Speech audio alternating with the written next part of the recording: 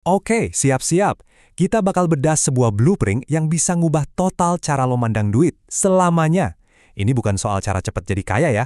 Bukan. Ini soal ngebangun benteng kekayaan yang mustahil buat diruntuhin. Bata demi bata, dari 1 juta pertama lo sampai akhirnya tembus 1 miliar. Langsung to the point aja deh. Geopolitik lagi panas, harga minyak naik gila-gilaan, bank sentral di mana-mana pada pusing. Jadi pertanyaan ini bukan lagi clickbait, ini tuh reality check. Portofolio lo beneran udah siap belum? Coba deh, lihat angka ini baik-baik. 79%. Ini bukan angka sembarangan. Ini adalah angka kegagalan. Beneran, lo nggak salah baca. Laporan SPIV nunjukin kalau 79% manajer investasi profesional yang punya tim analis, superkomputer, semuanya itu gagal total ngalahin performa pasar biasa aja. Sekelas indeks S&P 500. Anggap aja S&P 500 itu kayak nilai rata-rata kelas. Nah, kalau para jagoannya aja nggak bisa dapat nilai di atas rata-rata, gimana nasib kita-kita ini coba? Jadi, ini poin paling krusialnya. Lupakan cara lama. Berburu the next big thing atau ngejar koin micin 1000X itu strategi yang udah usang. Faktanya, secara statistik itu cuma resep buat gagal. Kita butuh pendekatan yang benar-benar baru dan radikal. Kunci sukses investasi zaman sekarang itu bukan lagi soal apa yang lo beli, tapi bagaimana lo ngerancang struktur portofolio lo. Udah bukan zamannya lagi jadi jago milih saham, sekarang zamannya jadi arsitek keuangan yang cerdas. Data ngebuktiin loh, lebih dari 90% keberhasilan jangka panjang itu ditentuin sama alokasi aset, bukan saham apa yang lo pilih. Nah, ini dia nih senjata rahasianya. Lupakan nasihat klise soal jangan taruh semua telur dalam satu keranjang. Kita bakal pakai strategi yang beda banget. Kita cuma bakal punya 2 keranjang yang posisinya ekstrem. Namanya strategi barbell. Logikanya tuh aneh tapi jenius. Kita buang semua yang ada di tengah-tengah. Aset-aset yang nanggung, yang resikonya lumayan, tapi untungnya juga segitu-gitu aja. Lupakan itu semua. Kita cuma main di 2 kutub, super aman atau super spekulatif. Di satu sisi, kita punya benteng keamanan mutlak. Isinya uang tunai dan surat utang negara. Ini bantalan anti krisis kita. Di sisi lain, kita punya mesin akselerasi gila-gilaan. Isinya Bitcoin dan saham perusahaan swasta. Nggak ada tuh area abu-abu. Pilihannya cuma 2. Aman banget atau pertumbuhannya gila-gilaan. Oke, mari kita mulai perjalanannya. Di fase pertama, modal cuma 1 juta rupiah.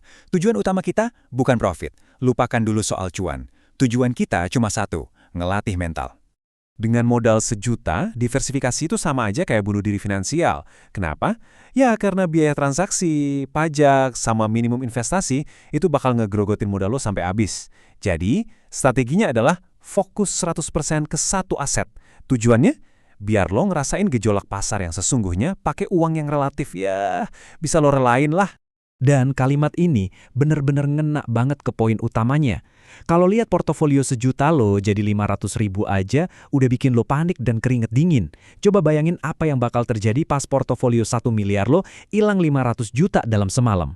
Nah, fase ini itu ibaratnya nge-gym, tapi yang dilatih otot psikologis lo. Oke, mental udah teruji, sekarang kita naik level. Di fase ini, kita mulai serius nerapin strategi barbell buat pertumbuhan yang agresif, tapi tetap pinter. Di level 10 juta, kita pecah jadi 3 pilar. 40% masuk ke indeks global, kayak S&P 500, ini buat pertumbuhan jangka panjang yang stabil. 40% lagi ke Bitcoin, sebagai mesin akselerator utama kita. Dan yang paling penting, 20% dalam bentuk kas. Ini sabuk pengaman sekaligus amunisi buat nyerok pas lagi diskon. Begitu nyentuh angka 100 juta, kita modif lagi alokasinya jadi lebih agresif. Porsi Bitcoin kita naikin jadi 50%. Kenapa? Karena di level ini, kita butuh sebuah lompatan kuantum biar bisa nembus gravitasi ratusan juta berikutnya. Anggap aja ini fase ngegas paling brutal. Nah, ini kuncinya. Disiplin. Namanya mechanical rebalancing.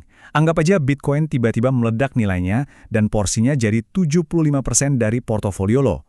Aturannya simpel. Lo wajib jual kelebihannya itu dan amankan profitnya ke kas atau indeks. Ini cara sistematis buat maksa lo jual di puncak dan buang jauh-jauh emosi serakah. Selamat datang di garis finish, yang sekaligus jadi garis start yang baru.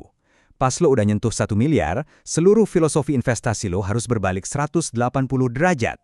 Di level ini, permainannya bukan lagi soal seberapa banyak duit yang bisa lo hasilin, tapi seberapa banyak duit yang bisa lo pertahanin. Serius deh, ngindarin rugi 50% atau 500 juta rupiah itu jauh lebih penting daripada ngejar untung 50%. Ini semua soal wealth preservation. Dan inilah wujud benteng kekayaan yang sesungguhnya, portofolio sekelas institusi yang dirancang buat bertahan di segala musim ekonomi. Kita sebarin modal kita ke 7 pilar utama yang beda-beda, jadi kita kayak ngebangun sebuah kapal finansial yang nggak bakal tenggelam cuma gara-gara satu bagiannya bocor. Setiap aset ini punya peran spesifik, cash buat dana darurat, obligasi buat mesin passive income, indeks global biar kita ikut tumbuh bareng ekonomi dunia, REITs biar dapat duit sewa properti tanpa pusing, emas buat asuransi kalau ada krisis atau perang, Bitcoin sebagai pendorong spekulatif yang porsinya udah diukur, dan private equity buat ikutan taruhan di masa depan ekonomi real. Lengkap. Oke, kita udah bedah seluruh blueprint ini dari awal sampai akhir. Sekarang, ayo kita simpulkan peta jalannya khusus buat lo. Ingat ini ya, alasan kenapa diversifikasi di fase awal itu bahaya adalah karena adanya friksi. Coba lihat aja tabel ini. Tiap kali lo jual beli, ada biaya dan pajak yang motong modal lo. Kalau modalnya masih kecil, friksi ini bisa ngebunuh pertumbuhan portofolio lo bahkan sebelum sempat mulai. Jadi kalau ada satu hal aja yang harus lo ingat dari semua ini, inilah dia. Gak ada yang namanya strategi satu untuk semua. Alokasi yang tokcer di level 1 miliar bakal ngehancurin portofolio 1 juta. Begitu juga sebaliknya. Strategi lo itu harus dinamis, harus berevolusi. Nah, pertanyaan terakhir buat lo. Setelah ngelihat peta jalan ini, coba jujur sama diri sendiri. Lo sekarang ada di fase mana? Fase 1, 2, atau mungkin udah deket-deket ke fase 3? Apa langkah konkret pertama yang bakal lo ambil setelah ini? Coba tulis rencana lo di kolom komentar, kita diskusi bareng.